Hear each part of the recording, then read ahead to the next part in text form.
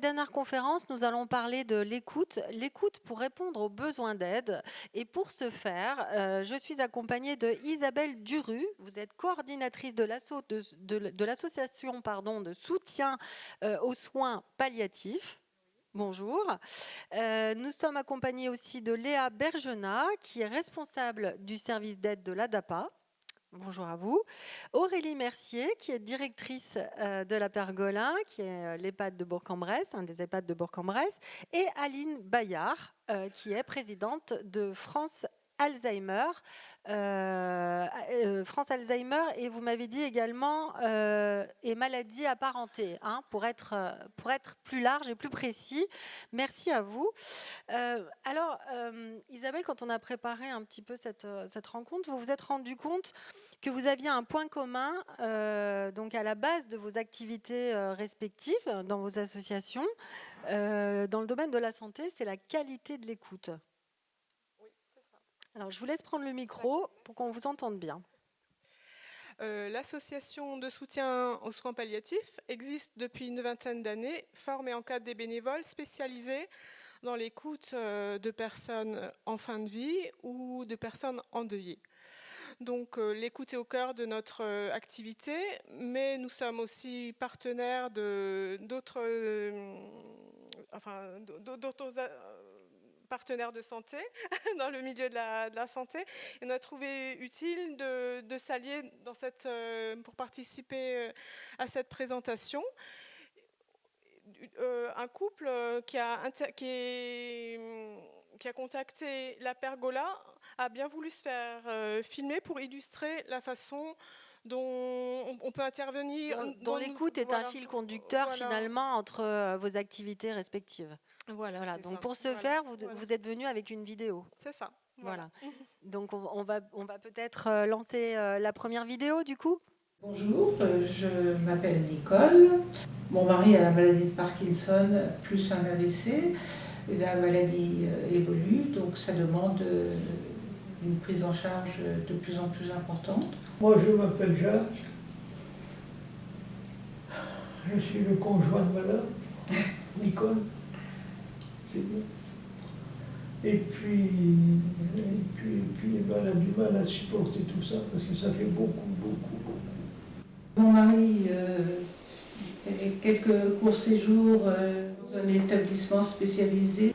Et puis, pour l'instant, nous avons fait un dossier à l'APA pour voir quelles aides on pourrait avoir besoin pour soulager un petit peu, pour pouvoir avoir plus de temps. Parce que c'est vrai que bien souvent, l'aidant, il a plus de vie à côté.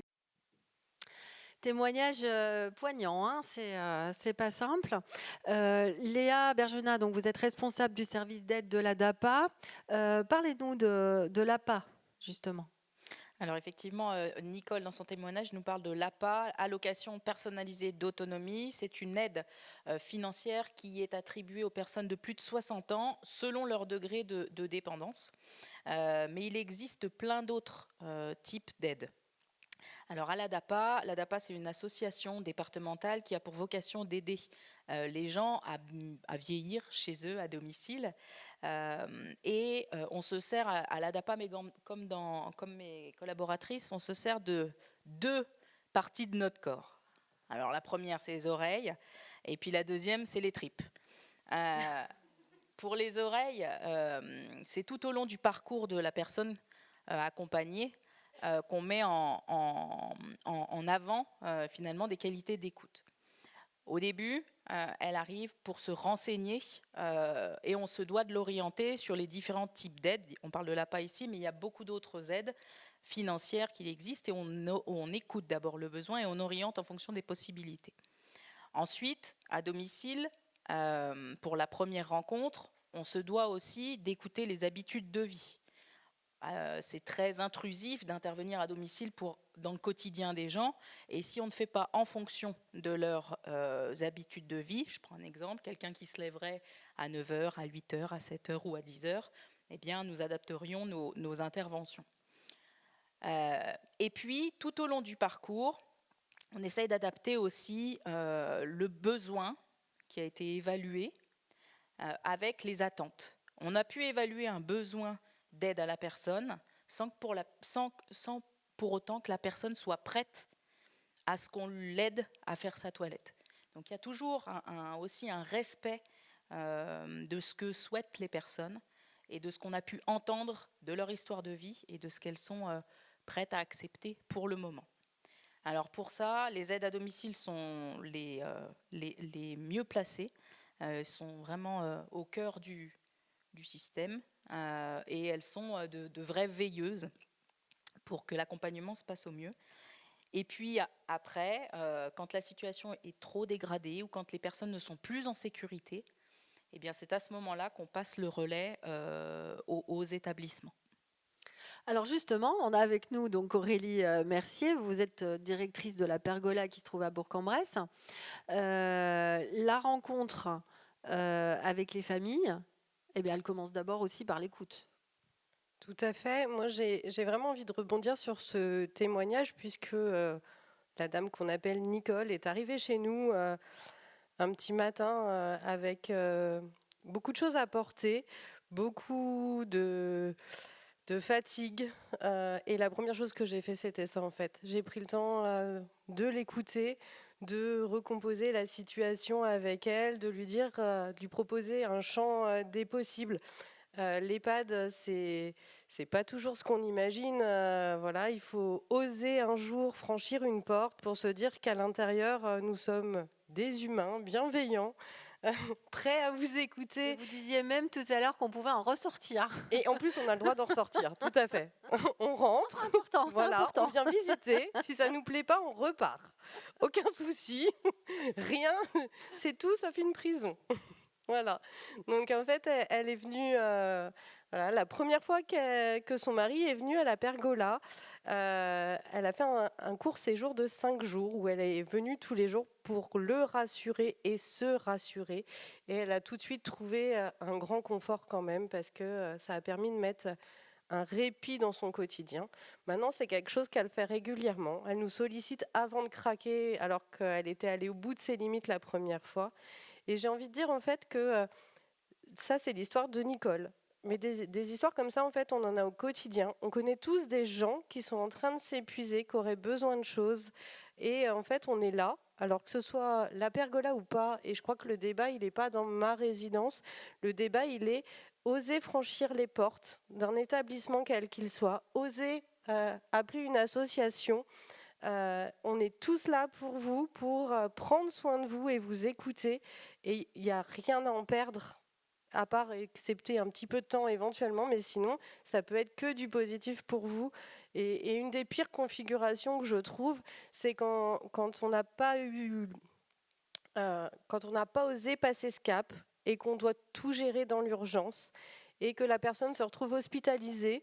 Et là, la famille ne connaît pas l'EHPAD, le résident non plus. On arrive après un séjour de 4 jours à l'hôpital où on a déjà été désorienté, bousculé, plein de choses. Et là, il y a des grosses capacités de résilience qu'il faut aller chercher encore plus que quand on a le temps un peu de se préparer. Donc laissez-nous vous écouter et venez nous rencontrer. Merci à vous. On va lancer une autre vidéo. Et c'est dur cette maladie, mais quelque part c'est enrichissant. On est encore beaucoup plus proches.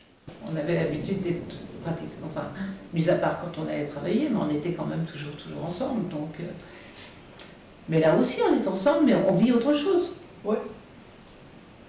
Et ça, il faut l'accepter. Une fois qu'on l'a accepté, une fois que bon, ça, moi je sais que je vis mieux maintenant qu'il y a quelque temps, parce que quelque temps Oui, mais moi, ce qui m'embête, c'est que tout repose sur toi. Dans notre situation, c'est assez ambigu parce que pour moi, il me semble que si on a un peu d'aide, moi, ça me permettrait de faire un petit peu autre chose. Mais quelque part, je suis mal à l'aise avec, en me disant, bon ben, je sais que mon mari, il n'aime pas trop que quelqu'un d'autre s'occupe de lui et que donc ça me met mal à l'aise, ça. Ouais, C'est pas évident. Moi aussi. C'est pas simple d'avoir besoin des autres, en fait. On a toujours assuré nous-mêmes. Oui, alors on voit à quel point c'est lourd, c'est difficile pour les aidants et eux aussi, ils ont besoin d'écoute. Madame Bayard, donc vous qui êtes présidente de France Alzheimer et maladie apparentée, l'écoute, à quel point c'est important?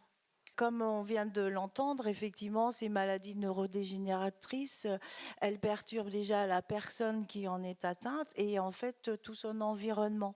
Donc, dans notre association, on dit un malade et c'est toute une famille qui est perturbée. Donc, en fait, si vous voulez, il y a de la culpabilité, il y a de la détresse émotionnelle, il y a de la fatigue physique et c'est aussi très bien dit dans ce film, c'est que les personnes à la fois aidantes et même la personne malade, ils n'osent pas venir nous dire j'ai cette maladie parce que c'est quelque chose comme un coup près, j'ai la maladie d'Alzheimer. Alors soit on l'a tous les jours en disant j'ai perdu mon téléphone, j'ai perdu mes clés, j'ai la maladie d'Alzheimer, sauf quand on est vraiment diagnostiqué, c'est complètement la panique pour tout le monde. Alors que notre association est là aussi pour écouter les aidants et aussi les malades et écouter aussi cette relation qui devient difficile et perturbée parce que la personne devient différente, l'aidant doit s'adapter et du coup c'est dans notre association donc soit par des entretiens individuels qui sont faits par des bénévoles formés ou des psychologues et ou parce qu'on peut être aussi à plusieurs. Il y a aussi des groupes de parole donc qui sont proposés et ces groupes de parole c'est un échange, c'est-à-dire que bien sûr qu'il y aura un professionnel de psychologue entre autres qui va faire circuler la parole, mais c'est surtout un échange entre familles pour simplement témoigner de ce qui est difficile ou même des astuces qu'ils ont trouvées. Et du coup, c'est comme si c'était une nouvelle famille qu'on trouvait ou des nouveaux amis. C'est-à-dire, ah ben moi, j'ai pas pensé à ça ou ben moi, j'ai fait cette même bêtise, mais c'est pas grave puisqu'on est tous dans cette même recherche de trouver des solutions. La troisième proposition qu'on peut faire, c'est une formation, ce qu'on appelle la formation des aidants. Donc, il y a d'autres associations qui font des formations des aidants, mais qui ne sont pas que spécifiques pour les malades d'Alzheimer. Et nous, on tient à cette formation spécifique parce que elle est avec un binôme. Donc, il y a un psychologue, bien sûr, formé, et surtout, il y a un bénévole qui a malheureusement, on va dire, parcouru cette aide, cet accompagnement. Et c'est en témoignant aussi de ce qu'on a vécu, des erreurs qu'on a faites. Et du coup, ça permet aussi, donc, dans cette formation qui dure 14 heures, au départ, les gens ont un petit peu de réticence en disant, oh là là, on va se prendre la tête pendant 14 heures. Et en fait, au contraire, c'est tellement, disons, à la fois on rit, à la fois on pleure, parce que vraiment, on est dans ce parcours dès qu'on a le diagnostic. Voilà. Et puis après, une autre formation qu'on propose maintenant, c'est des temps communs avec aidants et aidés pour du bien-être. Donc réflexologie plantaire ensemble. Donc deux réflexologues sont l'une s'occupant de l'aidant et l'autre de l'aider. Et puis le doing, voilà, parce que même si on a une maladie d'Alzheimer, il y a encore plein de choses à vivre ensemble et notre vie n'est pas complètement terminée. Au contraire, on peut partager des moments intenses et affectueux avec les personnes. Presque à la carte, hein, finalement. En tout cas, les familles ne sont pas seules et peuvent vous contacter. Donc, pour ce faire, donc effectivement, il y a le stand et on vous trouve. Alors, il y a donc sur nos plaquettes là qu'on distribue dans les différentes associations, dans les différents lieux d'accueil. Et puis, il y a aussi un site internet. Voilà, donc n'hésitez pas. Et puis il y a un téléphone. Donc voilà, on est à votre écoute, comme tout le monde. Et justement, là dans le stand, il y avait une personne qui est passée en disant je n'ai jamais osé vous appeler. Pourtant, j'avais tout ce qu'il fallait, mais je n'ai pas osé parce que j'avais peur. Voilà, et maintenant je le regrette un peu, mais voilà. Donc, osez. Voilà, osons. oser. Voilà.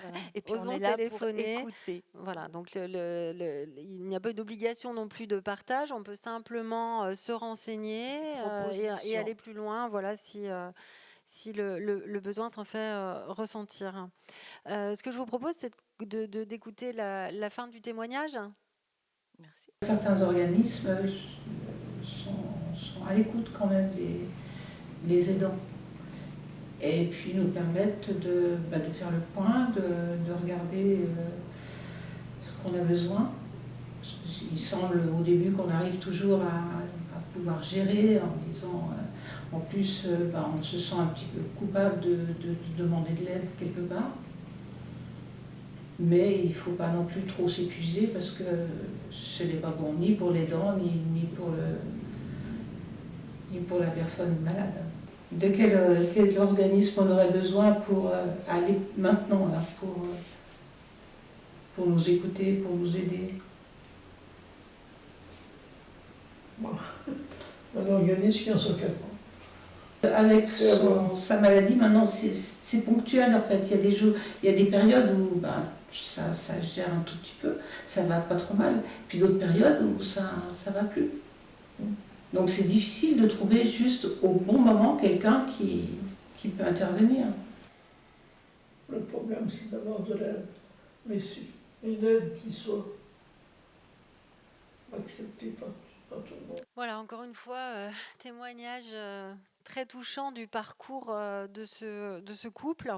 Alors Isabelle Duru, on n'a pas encore parlé vraiment de ce que vous faites, vous, et ce que vous apportez comme aide dans l'association de soutien aux soins palliatifs. Nous, c'est particulier, on ne fait qu'écouter. On ne sait rien faire d'autre. Nos bénévoles sont formés juste à écouter. Et pourtant, c'est essentiel quand il arrive une énorme catastrophe dans une vie, un accident, une annonce de maladie grave. Le premier réflexe, c'est souvent d'aller vers quelqu'un et d'en parler. Rien que d'en parler et d'être écouté sans jugement, ça fait baisser déjà l'émotion d'un cran. Et en fait, toute l'activité de notre association est concentrée dans ça. Écouter les personnes qui souffrent, leurs proches, les personnes endeuillées, où on peut aussi, il y a le deuil d'un être cher, il y a aussi le deuil matériel, par exemple à l'entrée en institution. C'est souvent très difficile d'accepter qu'on n'ira plus jamais dans sa maison, qu'on verra plus ses voisins. Enfin, plusieurs bénévoles interviennent en EHPAD à l'entrée. Ça, on ne le sait pas forcément, Ouais, parce voilà. qu'effectivement, dans soins palliatifs, il y a soins palliatifs.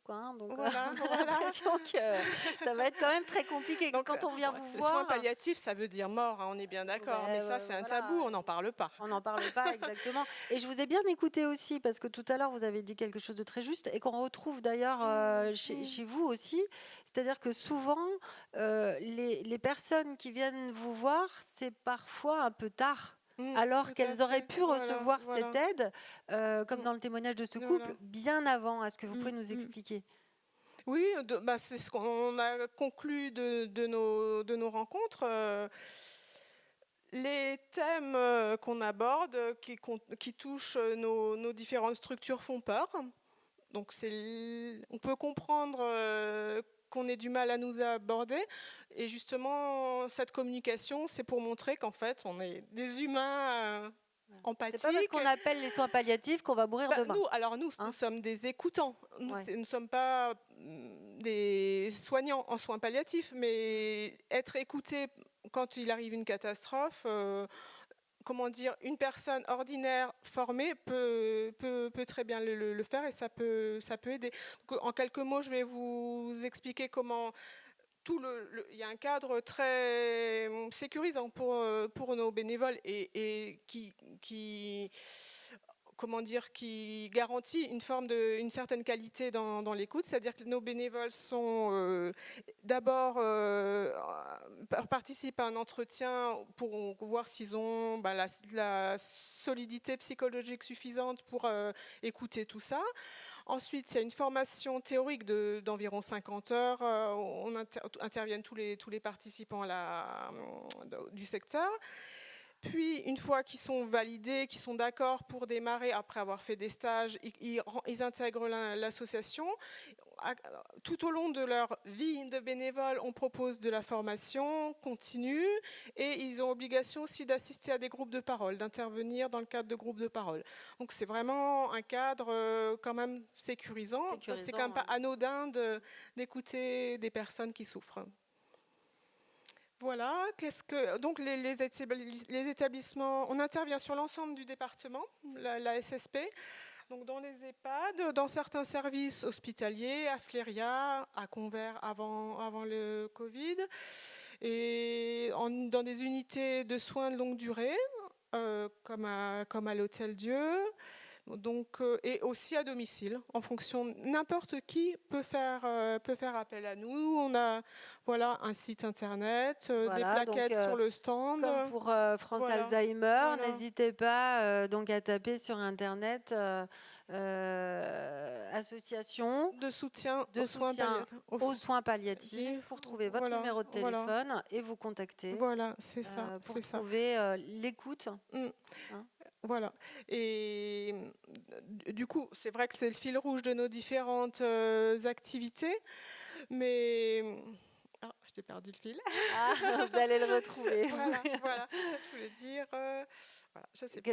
Alors on en était sur le fait que pour avoir de l'écoute, il fallait déjà prendre la peine de vous téléphoner, de vous trouver sur Internet, mais ça n'était pas que ça, votre activité. Voilà, c'est ça. Et l'autre activité, donc? Non, vous n'avez pas retrouvé le fil? Non. Bah écoutez, c'est pas grave, ça vous reviendra peut-être, parce que là, de toute façon, il est temps qu'on passe la parole au public. Donc je me tourne vers vous pour savoir si vous avez des questions. Et nous en avons une. Je vous apporte un micro, je vous laisse vous présenter. Bonjour Océane, je suis étudiante en 2e année en tant qu'infirmière au CPA. Moi j'avais une petite question par rapport donc au soutien aux soins palliatifs. Vous dites justement que vous faites qu'écouter, mais pourtant il y a des personnes qui ont besoin plus que de l'écoute. Enfin, moi je le vis en tant qu'étudiante infirmière et en ayant en plus vécu une situation en soins palliatifs entre les soignants qui sont dans une détresse totale et qui veulent qu'on arrête les soins en voyant le patient qui est dans un état malheureusement médiocre, et à la fois vous avez la famille en fait qui veulent qu'on n'arrête pas les soins, qu'on continue. Est-ce qu'on peut faire plus que de l'écoute? Pas évident, hein. Pas évident. Je rappelle que ce sont des bénévoles, quand même. On n'a pas de rôle médical, ni de compétences médicales. Donc là, c'est plus une question qui relève de l'équipe médicale, c'est ça?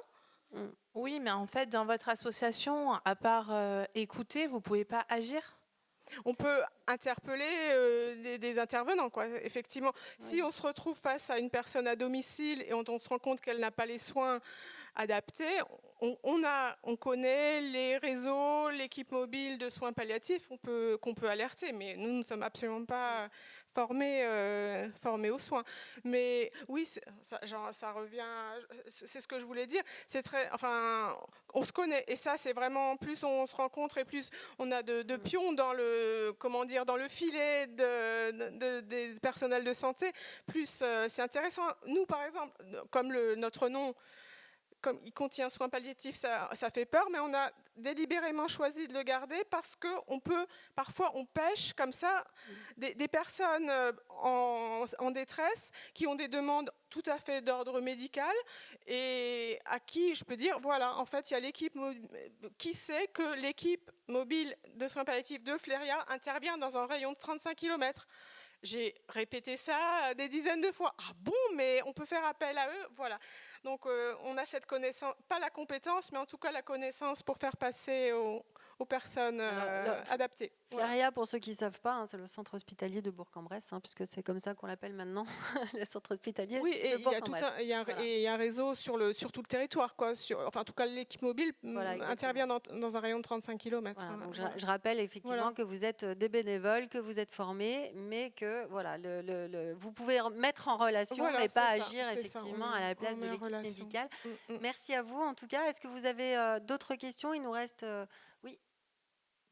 Par Merci. Bonjour madame. Donc, bonjour. Donc moi je voulais savoir s'il y avait un lien entre les dernières volontés et les soins palliatifs.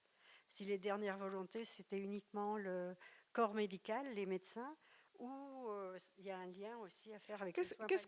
Qu'est-ce que vous appelez précisément les dernières volontés? Les gens qui ont écrit leur dernière volonté, ce qu'ils souhaitent à la fin de leur vie. Alors, Voilà. j'ai pas entendu tout à fait la fin. Excusez-moi, j'avais pas le terme, Voilà. le bon terme. En fait, il y a en gros 2 domaines. Il y a tout ce qui est bien. Je veux que de telle armoire aille à telle petite fille. Ça se fait avec un notaire.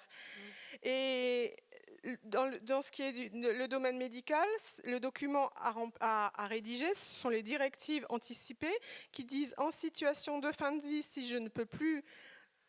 Si je suis inconscient, je souhaite ou pas qu'on prolonge ou pas, combien de temps. Voilà, ça c'est un document qui s'appelle les directives anticipées.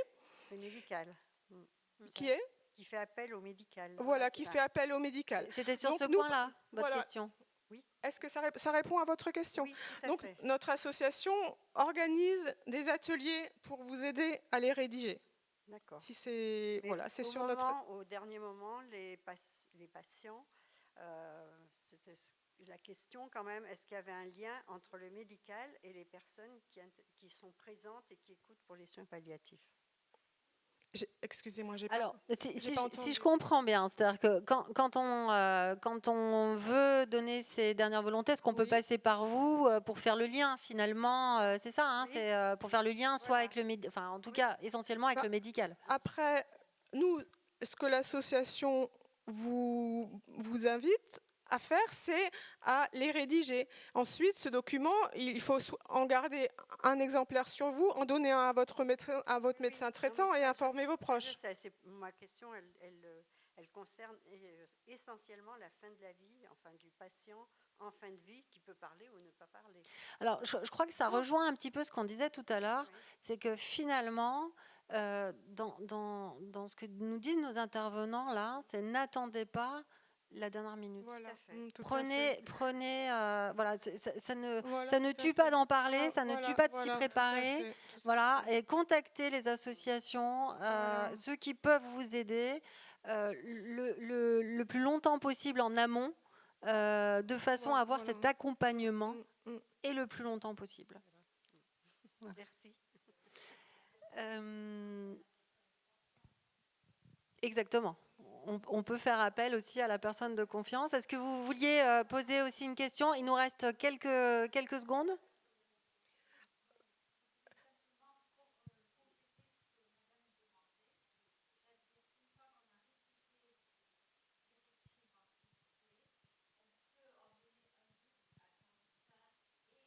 Personne de confiance.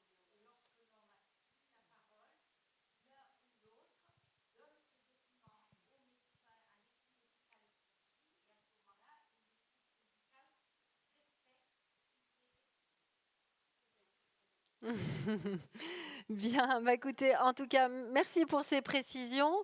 Merci à vous d'avoir suivi cette conférence. Merci surtout à nos 4 intervenantes. Merci pour ce beau témoignage que vous nous avez livré, qui est touchant et poignant et qui est surtout votre quotidien. Et n'oublions pas, voilà, nous pouvons les contacter dès que possible. Vous êtes là et c'est formidable. Et en cas de besoin, et à l'écoute, en tout cas, puisque c'était le fil conducteur de cette conférence. Merci beaucoup.